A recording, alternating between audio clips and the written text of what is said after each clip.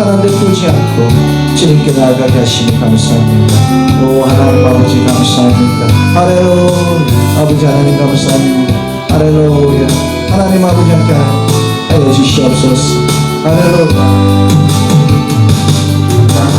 곁에 있을 때에도 주님은 함께 계시고 나 소망 잃을 때에도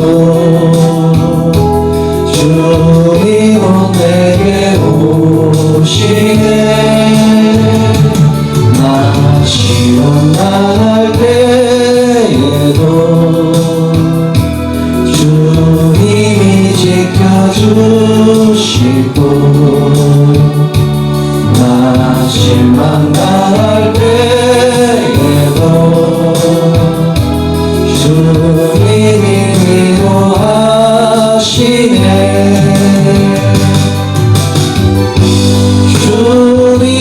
주님만이 아버지 내 힘이시며 오 주님만이 날 도우시네. 오 나의 주님 아버지 내 아버지여 오 나의 주님 내 사랑이여.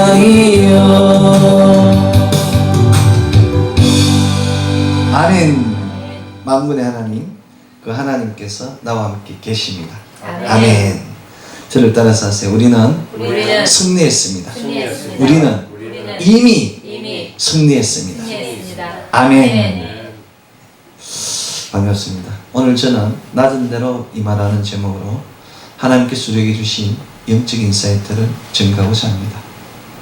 오늘 구약성서 본문 이사야 66장 12절은 하나님께서 우리에게 평강을 강처럼 열방의 영광을 넘치는 신야와 같이 주시겠다고 선포하셨습니다. 그 선포를 아멘으로 하다 갈 때 바로 평강의 강물이 나의 것이 되는 것이며 열방의 영광이 나의 것이 되는 것입니다. 그 풍족한 곳에 케어를 받으며 젖을 빨며 또 그 거룩한 튼튼한 팔에 안기며 그 무릎에 놓을 수 있다고 오늘 본문은 증거하고 있습니다. 강은 이처럼 높은 데서 낮은 데로 흐릅니다. 넘치는 시내 역시 높은 데서 낮은 데로 흐릅니다. 높은 데서 낮은 데로 흐르는 것은 하나님의 법칙입니다. 우리가 낮은 데로 내려갈 때 오늘 구약성서 본문 이사야 66장 12절 내가 그에게 평강을 강같이 그에게 열방의 영광을 넘치는 시내같이 주리니 너희가 그 젖을 빨 것이며 너희가 그 옆에 안기며 그 무릎에서 놀 것이라 놀라운 은총이 주어집니다. 예수님은 영광을 반사하셨습니다. 예수님은 영광을 흡수하시는 것이 아니라 스스로 낮은 곳에 오셔서 자신의 영광을 세상에 비추셨습니다. 그분은 영광을 단 한 번도 흡수한 적은 없습니다. 유대 강야에서 사단이 천하 만국을 다 예수님께 준다고 유혹했을 때도 예수님은 오직 주 너희 하나님만 공경하고 오직 주 너희 하나님만 섬기라고 이런 지하에 거절하셨습니다. 그럼에도 불구하고 인간은 영광을 흡수하려고만 합니다. 자신의 똑똑함이나 선함이 결코 영광이 될 수 없습니다. 사단은 예수님을 점점 높은 곳으로 유혹했습니다. 강야에서, 그 다음에는 성전 꼭대기에서, 그 다음에는 지극히 높은 산 꼭대기에서. 이처럼 사단은 인간이 높아지고자 하는 욕망을 이용해서 예수 그리스도를 꺾고자 했습니다. 그럼에도 불구하고 성령님은 예수님을 낮은 곳으로 인도하셨습니다. 이 땅의 가장 낮은 곳 요단강, 그 요단보다도 더 낮은 흙탕물 속의 물속으로 예수님을 내려가게 하셨습니다. 그리고 강야로 나아가게 하셨습니다. 이것이 바로 성령님의 인도하심입니다. 정말 놀랍지 않습니까? 사단은 수단과 방법을 가리지 않고 높은 곳으로 가라고 이야기하지만 성령님은 무조건 낮은 데로 내려가라고 우리에게 권면하고 있습니다. 하나님이 보시기에 높다고 하는 것은 언제나 낮은 곳에 있습니다. 사람들 역시 높은 곳에 있는 사람이 낮은 곳에 내려와서 눈물 흘린 자들 같이 눈물 흘리고 헌신할 때 감동을 느끼지 않습니까? 그렇습니다. 낮아짐의 법칙은 이처럼 거꾸로의 법칙입니다. 예수 그리스도께서 마태복음 5장 7장 산상수훈을 주인 것 같이 팔복의 법칙이 바로 거꾸로의 법칙입니다. 세상에서 높은 점수는 낮은 점수가 되고 세상에서 낮은 점수는 높은 점수가 됩니다. 앞자리는 맨 끝자리며 맨 끝자리는 맨 앞자리입니다. 놀랍게도 예수 그리스도께서는 이 산상수훈을 마친 후에 산 아래로 내려갔다고 기록하고 있습니다. 마태복음 8장 1절은 예수께서 산에서 내려오시니 허다한 무리가 쫓으리라 라고 기록하고 있습니다. 예수께서 산 위에 있을 때는 아무도 예수를 쫓지 않았습니다. 그러나 예수께서 설교를 마치시고 산 아래로 내려오는 순간 많은 사람들이 예수님을 쫓았습니다. 무리를 지어서. 이 땅의 지도자는 산 위에 있는 것이 아니라 산 아래에 있어야 합니다. 그래서 교회가 산 아래에 있는 것입니다. 산 아래에 낮은 곳에 어두운 곳에 교회가 있는 것이며 교회의 종소리가 죽어가는 영혼들을 깨우고 있는 것입니다. 예수 그리스도의 그 놀라운 생명수의 비밀이 그들의 가라앉은 영혼을 채우고 있는 것입니다. 사랑하는 성도 여러분, 안타깝게도 이 땅의 많은 지도자들은 높은 데로 올라가기를 좋아합니다. 그들은 한결같이 거리감은 존경심을 낳는다고 궤변을 토하고 있습니다. 그래서 틈을 줄이는 것이 아니라 틈을 늘리려고 노력하고 있지 않습니까? 그럼에도 불구하고 이 땅의 지도자 또 우리 박근혜 대통령은 낮은 곳에 임하셔서 백성들의 고초를 듣지 않습니까? 이명박 대통령 역시 민방시찰을 통하여 많은 사람들의 고초를 듣지 않습니까? 그럼에도 불구하고 틈은 항상 있습니다. 왜냐하면 사람의 마음은 육으로 알 수 없습니다. 영으로 케어할 수 있습니다. 몸과 몸으로, 귀로, 눈으로 듣는다고 하여 그 사람을 알 수 없습니다. 마음으로, 영으로, 믿음으로 그 사람을 경험할 때 진실로 그 사람의 아픔을 느낄 수 있는 것입니다. 배고픈 사람에게 밥만 준다고 하여 그 사람의 영혼이 위로되는 것은 아닙니다. 사랑하는 성도 여러분, 놀랍게도 예수님께서는 마태복음 23장 12절 누구든지 자기를 높이는 자는 낮아지고 누구든지 자기를 낮추는 자는 높아지리라고 말씀하시며 메시지의 끝을 맺으셨습니다. 영광은 결코 사람의 것이 될 수가 없습니다. 자만심에서 벗어나야 합니다. 이스라엘의 초대왕 사울도 하나님의 영광을 가리고 결국 죽음을 당하지 않았습니까? 하나님의 영광을 가로채는 자는 죽음을 당하게 됩니다. 신약 성서에서 헤롯 왕 역시 하나님의 영광을 가로채는 순간 벌레에 묶여서 죽는 비극이 일어나지 않았습니까? 마태복음 사도행전 12장 23절 헤롯이 영광을 하나님께로 돌리지 아니하는 고로 주의 사자가 곧 친히 충이 먹어 죽으리라. 벌레가 먹어서 헤롯 왕을 죽였다고 사도행전 12장은 기록하고 있습니다. 하나님의 영광을 가리는 자는 이처럼 벌레보다 못한 그와 같은 가증한 것들의 죽음을 당할 수밖에 없습니다. 자만심은 하나님 앞에서 큰 죄입니다. 자만심은 모든 사람들에게 상처를 줄 뿐입니다. 만약 여러분이 자만심이 많다면 여러분은 여러분의 가정과 여러분의 이웃과 친구를 상처 줄 수 있습니다. 이제 우리는 자만심을 버리고 물이 높은 데서 낮은 데로 흐른 것 같이 평강의 강물을 따라서 열방의 영광이 넘치는 신화같이 내려간 것 같이 그 낮은 데로 임하여야 합니다. 낮은 데로 임한다는 것은 나의 의지를 내려놓음을 의미합니다. 내 생각이 아니라 주님의 인도하심을 따라서 나아감을 의미합니다. 사람들은 날마다 변해가는 문화 속에서 날마다 새로운 제품이 쏟아지는 이 땅에서 날마다 새로운 단어가 생성되는 세상 속에서 자신도 모르게 그 속도에 맞춰 달려가고 있습니다. 자신의 의지하고 상관없이 거대한 탕류에 휩쓸려서 젖어들고 있습니다.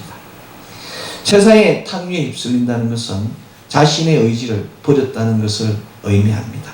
휩쓸린다는 것은 주관이나 가치관이 흐려졌음을 의미합니다. 우리가 학창시절, 어린 시절 의로움을 배웠습니다. 정의로움을 배웠습니다. 선함을 배웠습니다. 그런데 그 교과서에 배운 옳고 그름의 문제가 이제 세상 속에서 탁해지고 있습니다. 세상의 풍조를 따라서 세상에 물들어가고 있습니다. 그러나 세상은 좋고 나쁘고의 문제가 아니라 옳고 그름의 문제입니다. 하나님께서 만드신 것 중 나쁜 것이 있겠습니까? 이 땅에 모두 좋습니다. 그런데 사람들은 자신에게 좋으면 좋고 자신에게 나쁘면 나쁘다고 이야기합니다. 자신에게 나쁘다고 하여 그릇된 것이 아닙니다. 자신에게 좋다고 하여 항상 옳은 것도 아닙니다. 이 좋고 나쁨의 문제를 넘어야 옳고 그름의 문제를 볼 수 있습니다. 옳고 그름의 문제를 넘어야 삶과 죽음의 문제를 볼 수 있습니다. 좋고 나쁨을 따지면 옳고 그름을 볼 수 없습니다. 옳고 그름을 따지면 삶과 죽음을 볼 수 없습니다. 그러나 삶과 죽음을 따지면 옳고 그름을 볼 수 있으며 옳고 그름을 따지면 좋고 나쁨을 볼 수 있습니다. 삶과 죽음의 문제를 배워야 합니다. 삶과 죽음의 문제를 배우면 옳고 그름, 좋고 나쁨의 모든 것을 이룰 수 있습니다. 배우지 않으면 아무것도 이룰 수 없습니다. 이 삶과 문제를, 이 죽음의 문제를 배우는 것이 바로 믿음입니다. 믿음은 죽음을 삶으로 바꾸게 합니다. 그릇된 것을 옳은 것으로 바꾸게 합니다. 나쁜 것을 좋은 것으로 바꾸게 합니다. 이것이 바로 믿음의 힘입니다. 내가 가진 그런 것이 옳은 것으로 바뀌었다면 나의 믿음이 제대로 된 것입니다. 나의 죽음이 내 마음의 공감이 기쁨으로 바뀌었다면, 삶으로 바뀌었다면, 생으로 바뀌었다면 나의 믿음이 바르게 된 것입니다. 사랑하는 성도 여러분, 둠 비타 에스터 스펙스 에스터, 기캐로는 삶이 있는 한 희망이 있다고 선언했습니다. 우리가 살아있는 한 희망은 있습니다. 이 희망은 죽기 전에 낮은 데로 내려갈 수 있는 시간을 의미합니다. 더 나쁜 일들이 오기 전에, 더 악한 일들이 오기 전에 낮은 데로 내려가야 합니다. 오늘 신약성서 본문 로마서 12장 16절, 서로 마음을 같이하며 높은 데 마음을 두지 말며 낮은 데로 처하며 스스로 지혜 있는 체 하지 말라. 이 말씀과 같이 높은 데에 마음을 두지 말고 낮은 데로 임하여야 합니다. 잠언 16장 18절은 교만은 패망의 선봉이요 넘어짐의 앞잡이라고 기록하고 있습니다. 거만한 마음이 넘어짐의 앞잡이라고 이 잠언 16장은 선포하고 있습니다. 이 교만과 거만한 마음을 버리고 낮은 데로 내려가야 합니다. 인간의 불행은 주변 환경 때문에 생기는 것이 아닙니다. 바로 자기 자신에서 비롯됩니다. 행위는 인위적으로, 행복은 인위적으로 만들 수 없습니다.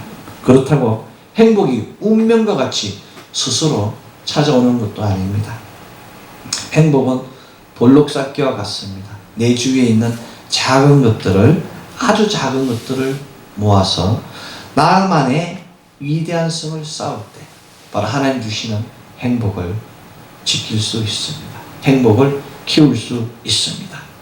행복은 다 이루었다고 기뻐할 때 오는 것이 아니라 이루기 위해서 열정적으로 노력할 때 행복이 주어집니다. 열정적으로 하나님께 나아갈 때, 낮은 곳은 내려갈 때 하나님 주시는 놀라운 축복이 더하여집니다. 인간이 찾는 행복은 지식으로, 고행으로, 물질로, 사랑으로, 노력으로 얻을 수 없습니다. 인간의 참된 행복은 과거를 회상하며 즐거움을 느낀다든가 첫사랑에 대한 기쁨 또는 질병의 회복, 물질적 축복을 위해서 주어지는 것이 아닙니다. 자신의 가치를 위해서 열정을 가지고 땀 흘리며 내려갈 때 참된 행복이 주어집니다. 우리가 필요한 것만 구하고 필요한 것만 찾는다면 우리는 삶의 노예에 불과합니다. 삶의 노예라는 멍에를 벗기 위해서 더 낮은 곳으로 내려가야 합니다. 운명은 장님과 같습니다. 누구도 한 치 앞을 알 수 없습니다. 어느 누구도 장담할 수 없는 것이 사람의 인생입니다. 그럼에도 불구하고 기켈의 명언처럼 살아있는 한 희망이 있습니다. 왜냐하면 인간은 배우면 바뀌기 때문입니다. 인간은 배우면 변화하기 때문입니다. 배워서 하나님을 만나면, 말씀을 심어서 열매가 생기면 변하기 때문에 희망이 영원히 존재하는 것입니다. 참된 삶은 참된 삶을 살게 합니다. 이 참된 삶을 알게 하는 것이 낮은 데로 내려가는 것입니다. 내가 아닌 삼자를 위하여 내가 더 낮은 곳으로 내려갈 때 삶의 생기를 더하여 주며 그 진로를 비춰주고 마침내 하나님이 원하시는 마지막 안식지에 도착할 수 있습니다. 지금 이 시간에도 알지 못하는 이름도 얼굴도 아무것도 알지 못하는 그 사람을 위하여 이 땅에 많은 크리스찬들이 기도하고 있지 않습니까? 북한 지하교회를 위하여, 중국의 지하교회를 위하여, 또 필리핀, 베트남, 아프리카의 그 많은 죽어가는 어린이들을 위하여 기도하고 있는 것이 바로 우리 아닙니까? 바로 그곳에 참된 행복이 있는 것이며 그곳에 참된 위로가 있는 것이며 그곳에 참된 믿음이 있습니다. 사랑하는 성도 여러분, 낮은 데로 내려가야 합니다. 낮은 데로 내려갈 때 주님을 만날 수 있으며 주님을 향한 믿음을 지킬 수 있습니다. 믿음은 나를 지키고 나의 가정을 지키고 나의 사회를 지키고 나의 국가를 지키고 이 세상을 밝게 만듭니다. 믿음은 살면서 겪게 되는 자아성찰, 갈등과 미움, 성공과 실패, 지혜와 우정의 길을 알게 합니다. 참된 믿음을 가진 자는 영원한 우정을 지킵니다. 우리는 참된 믿음으로 참된 내려놓음을 이룬 참으로 낮은 데로 내려간 한 사람을 알고 있습니다. 그 사람은 The Wounded Healer, 상처 입은 치유자라는 책으로 널리 알려진 헨리 나연입니다. 헨리 나연은 저명한 대학 교수입니다. 그는 예일 대학에서 목회 상담함을 공부했습니다. 젊은 학자로 앞날이 보장된 시온의 대라와 같은 삶을 살고 있는 헨리 나연은 어느 날 갑자기 종적을 감췄습니다. 아무도 그를 찾지 못했습니다. 놀랍게도 헨리 나연은 2년 뒤 페루의 한 빈민촌에서 맨발로 발견되었습니다.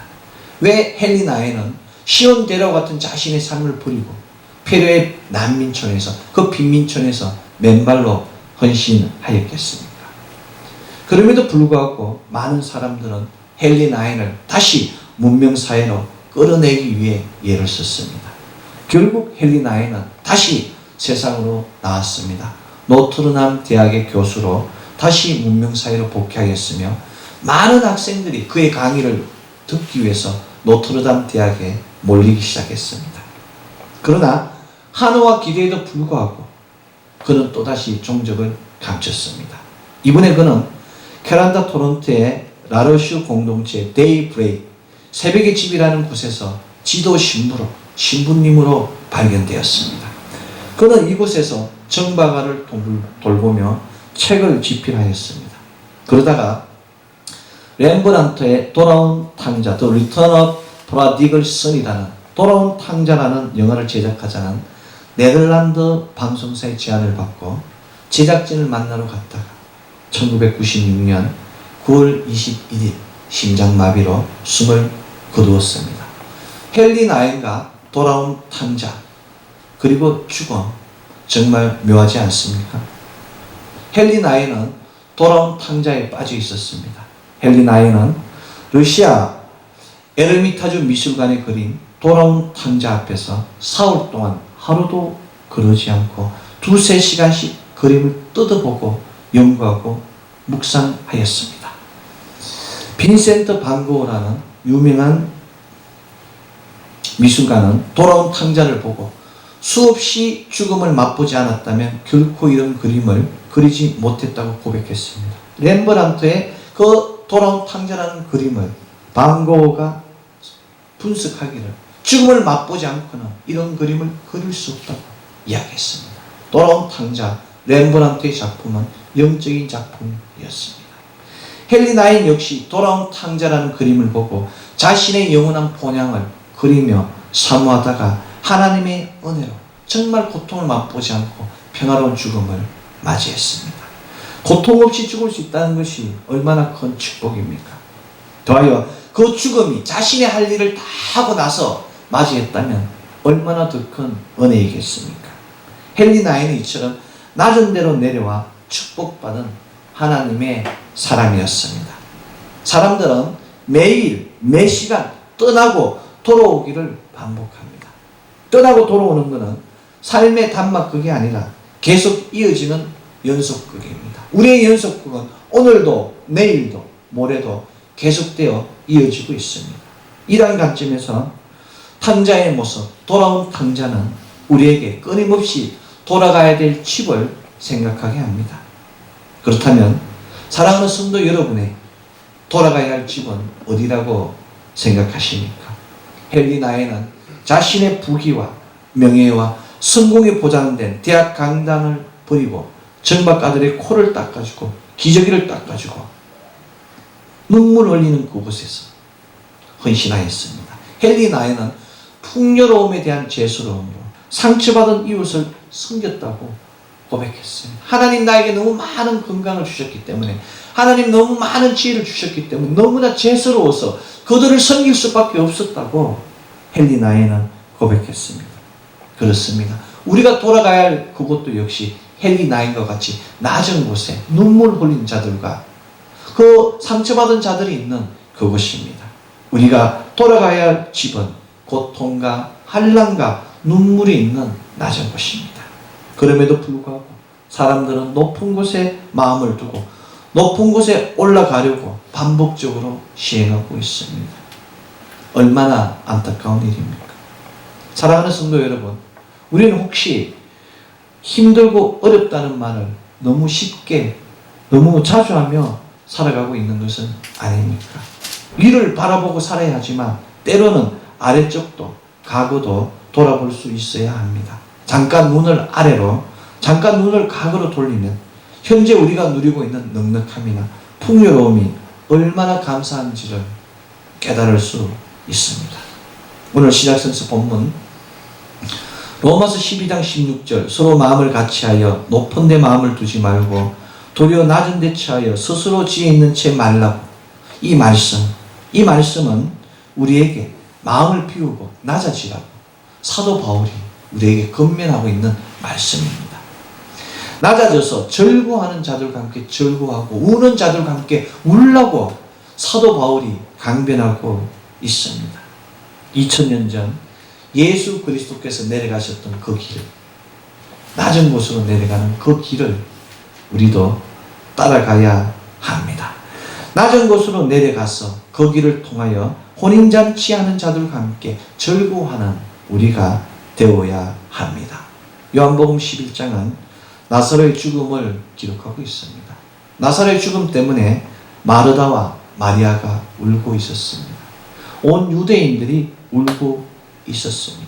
예수님께서는 마르다와 마리아와 유대인의 눈물을 보시고 통분하여 같이 눈물을 흘리셨다고 성경은 기록하고 있습니다.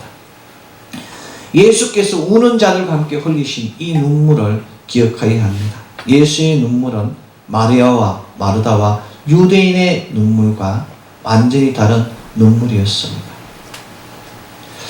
마르다와 마리아와 유대인들은 나사렛 죽음에 대한 슬픔의 눈물이었습니다. 그러나 예수님은 믿음 없는 마르다와 마리아와 유대인들의 죽어가는 영혼이 불쌍해서 통분히 여기시고 눈물을 흘리셨습니다. 우리 주위에 얼마나 많은 사람들이 지금 죽어가고 있습니다. 그들을 위하여 예수 그리스도의 통분의 눈물을 흘려야 합니다. 이미 하나님과 그 영적 관계가 끊어져서 죽어가는 그 영혼을 봤을 때 우리가 그들을 위하여 어떻게 기도하지 않을 수 있겠습니까? 마치 노아의 봉지에 단 8명만이 타고 있고 이 땅에 많은 10억 인구들이 죽어가는 것을 바라보고 있는 노아의 심정과 같이, 그렇지만 그들을 밧줄을 던져서 손 내밀어 구원하지 못하는 노아의 안타까움과 같이 마지막 때 우리는 어떠한 일도 할 수가 없습니다. 그들이 지옥 아랫불에서 뜨거운 유황 불못에서 죽어갈 때도 우리가 해줄 것은 하나도 없습니다. 지옥에 있는 부자가 거지 나사로에게 그 손가락에 물 한 봉을 떨어뜨려서 나의 입술에 달라는 그 말을, 그 부탁을 들어줄 수 없는 것이 바로 우리의 입장입니다. 그래서 우리가 눈물을 흘려야 합니다. 그들을 위해서 기도해야 합니다. 예수 그리스도의 통분의 눈물을 흘려야 합니다. 이 통분의 눈물은 낮은 데로 내려갈 때 흘릴 수 있습니다. 지금 예수 그리스도께서 내려가신 그 낮은 곳의 길은 생명의 길이 되었습니다. 진리의 길이 되었습니다. 그 길은 지금 세상의 빛이 되었습니다. 그 길만이 이 시대의 유일한 소망이 되었습니다. 그렇게 그분은 조용히 죽음과 어둠을 무력화시켰으며 이제 거룩한 빛으로 다시 우리에게 오셔서 우리를 인도하고 계십니다.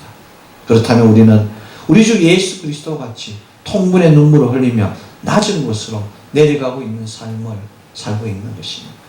내가 사랑한다고, 부부간에 아낀다고 남편의 아내를 결박하며 아내가 남편을 결박하는 사람들이 많습니다. 부모가 자녀를 사랑한다고 공부 잘해야 성공한다 하며 결박하는 사람도 많습니다.